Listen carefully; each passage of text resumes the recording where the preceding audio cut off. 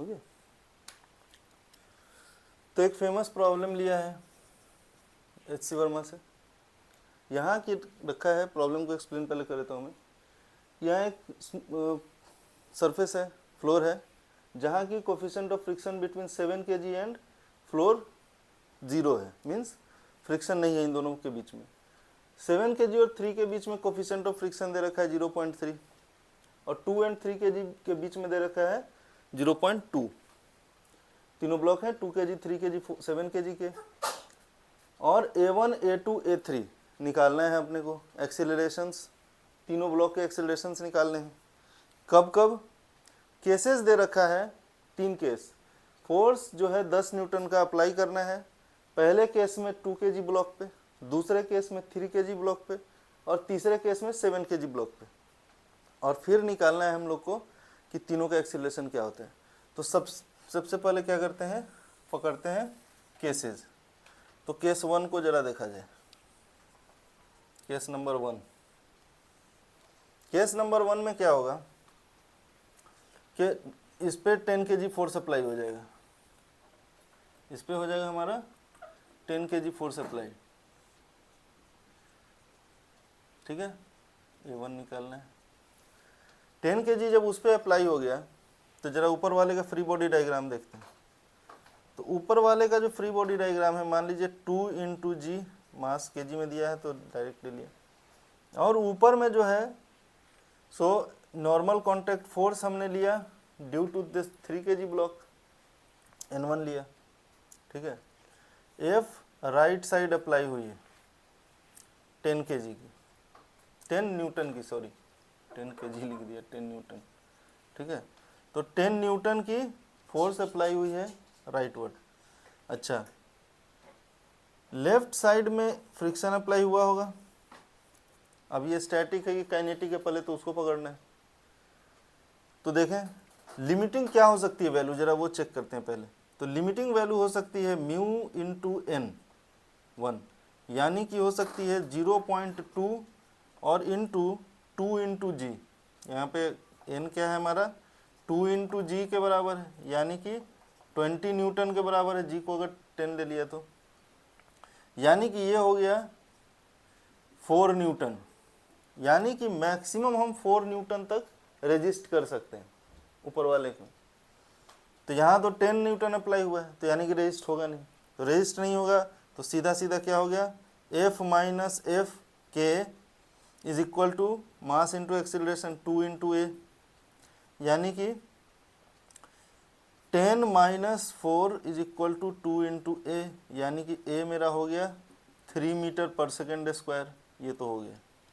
नीचे वाले ब्लॉक पे जरा देखा जाए तो भाई इस पे जो फ्रिक्शन लगी थी पीछे की तरफ लगी थी, क्यों? क्योंकि इन दोनों पॉइंट के बीच में जो रिलेटिव मोशन थी उसमें ये जो है पार्ट 2 kg वो आगे की तरफ मूव कर रहा है, यानी कि 3 kg पे फ्रिक्शन पीछे की तरफ। तो 3 kg पे फ्रिक्शन पीछे की तरफ, देखो इसका फ्री बॉडी डायग्राम। 3 kg पे फ्रिक्शन, सॉरी 3 kg पे फ्रिक्शन आगे की तरफ, यहाँ पे इस पे फ्रिक्शन पीछे की तरफ लगा है, फ्रिक्शन इस पे आगे की तरफ। तो आगे की तरफ फ्रिक्शन इस पे लग रहा है, कितने का लगा है, तो 4 न्यूटन का लग रहा है, ठीक है। इन दोनों और तो कोई फोर्स है नहीं उस पर, बाकी वही इसके कारण, ऊपर वाले के कारण नॉर्मल कॉन्टैक्ट फोर्स नीचे की तरफ, ऊपर की तरफ N2 और अपना उसका जो वेट है 3 × g नीचे की तरफ, यानी कि इसका N2 जो हो गया वो कितना हो गया, N1 + 3g। N1 अपने को पता है 20, N1 जो है सो 20 है, ठीक है, 20 और ये हो गया हमारा 30, यानी कि 50, ठीक है। तो इस पे जो है सो इस पे भी फ्रिक्शन, अब यहाँ के सरफेस पे देखें तो ये आगे की तरफ मूव करने की टेंडेंसी में है ड्यू टू, यहाँ पे अगर एक फ्रिक्शन फोर्स लग रहा है इस पे तो एक अनबैलेंस्ड फोर्स आगे की तरफ मूव करने की टेंडेंसी में है। उस मूवमेंट के कारण इन दोनों के बीच में रिलेटिव मोशन बनना चाहेगा, तो यानी कि इस पे पीछे की तरफ फ्रिक्शन लगेगा और इस पे आगे की तरफ। तो ये कि इस पे पीछे की तरफ फ्रिक्शन अप्लाई होता है। अब इसको चेक करना है कि ये स्टैटिक है कि काइनेटिक है, तो इसको ज़रा चेक करें। तो इसको चेक करेंगे तो ये कितना निकल के आएगा, तो म्यू × N2 और यहाँ पे 0.3 × 50 यानी 15 न्यूटन। अब 15 न्यूटन का फोर्स है और यहाँ आगे इसको 4 न्यूटन मिल रहा है, तो ऑब्वियसली मैक्सिमम ये क्या हो गया, स्टैटिक फ्रिक्शन। यानी कि ये दोनों ब्लॉक एक साथ मूव करेंगे, नीचे वाले, इनके बीच में रिलेटिव मोशन होगी ही नहीं। तो जब नहीं होगी तो इसको मान लो एक सिस्टम की तरह, यानी कि इसको हम मान लें 3 की जगह, नया बना लेते हैं इनका डायग्राम, 3 की जगह 10G और इनको एक ही बॉडी मान लिया। तो हमारा जो चेंज हो गया वो किस तरह से हो गया, ऐसे फ्लोर है, इस पर मान लिया एक 10 kg ब्लॉक रखा है, उसके ऊपर 2 kg ब्लॉक रखा है, ठीक है। तो 2 kg का तो काम हो गया। इस पे देखा जाए तो इस पे जो है सो 4 न्यूटन आगे की तरफ लग रहा है, 10G नीचे की तरफ, ऊपर मान लीजिए N3 और नीचे अब हमारा जो आएगा सो N1 आएगा। यानी कि हमको तो अब ऊपर नीचे से अब बहस ही नहीं है, क्योंकि ये दोनों साथ ही मूव कर रहे हैं। तो 4 newton should be equal to 10 into acceleration, यानी एक्सिलरेशन दोनों की आ गई 0.4 मीटर पर सेकेंड स्क्वायर। यानी कि हमारा A1 हो गया finally 3 metre per second square, A2 and A3 हो गया हमारा 0.4 metre per second square. Case 2 पकड़ा जाए, केस 2 में क्या है, तो केस 2 में अब हमारा जो है सो ये जो लगा दिया, ये सब अब हटा देते हैं डायग्राम से, ठीक है। यहाँ पे अब हमने क्या किया है, नो सिस्टम कुछ भी, यहाँ पे हमने 10 न्यूटन आगे की तरफ अप्लाई कर दिया है, 10 न्यूटन आगे की तरफ अप्लाई कर दिया। अब जरा सोचा जाए तो 10 न्यूटन आगे की तरफ अप्लाई होगा, तो यानी कि इन दोनों पॉइंट के बीच में जो रिलेटिव मोशन है सो 3 kg आगे की तरफ मूव करना चाह रहा है, ठीक है। यानी कि इस पे फ्रिक्शन इस बार पीछे की तरफ, इस पे फ्रिक्शन आगे की तरफ। अच्छा, यहाँ पे भी वही होने वाला है, तो यहाँ पे भी फ्रिक्शन पीछे की तरफ, इस पे फ्रिक्शन आगे की तरफ। अब लगाया जाए इस पे फ्री बॉडी डायग्राम, तो बीच वाले पे पहले लगाते हैं। बीच वाले पे अगर लगाया जाए, या ऊपर पहले बीच वाले पे लगाते हैं, तो बीच वाले पे अगर लगाया जाए तो 10 न्यूटन आगे की तरफ हो रहा है, और हमने देखा है कि ये जो सरफेस है, सरफेस 3 और 7 के बीच में लिमिटिंग वैल्यू कितनी होती है, तो वो होती है 15 न्यूटन की। इसका मतलब अगेन ये दोनों एक साथ मूव करेंगे, एक साथ मूव करेंगे ये लोग, तो एक साथ मूव करेंगे मान लो, ठीक है। और क्या हो गया इसमें, 15 न्यूटन जो लगना था तो अब तो लगेगा नहीं, और 4 न्यूटन पीछे वाले का, यानी कि उसका देखा जाए क्या होगा।